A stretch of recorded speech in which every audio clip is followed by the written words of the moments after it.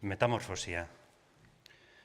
Goiz batean, Gregor Samsa amets nahasiak izan da esnatu zenean, zomorro beldurgarri bat bihurturik aurkitu zuen ohean bere burua.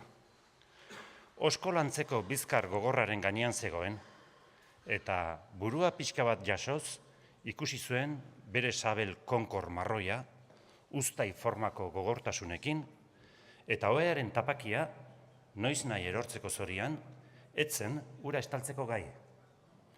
Bere zango ugariak, gainerako gorputzaren aldean meheak, errukarri astintzen ikusi zituen. Zer gertatu zait? Pentsatu zuen.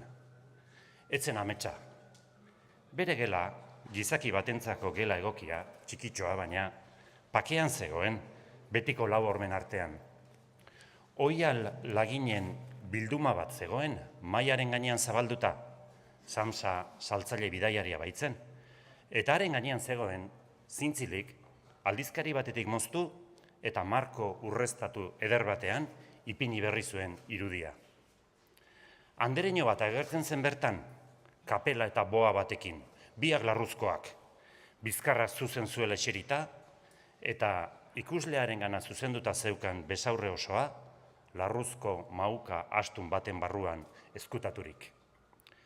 Gregorrek leihorantz begiratu zuen, eta tristura handia eman zion, eguraldi goibelak.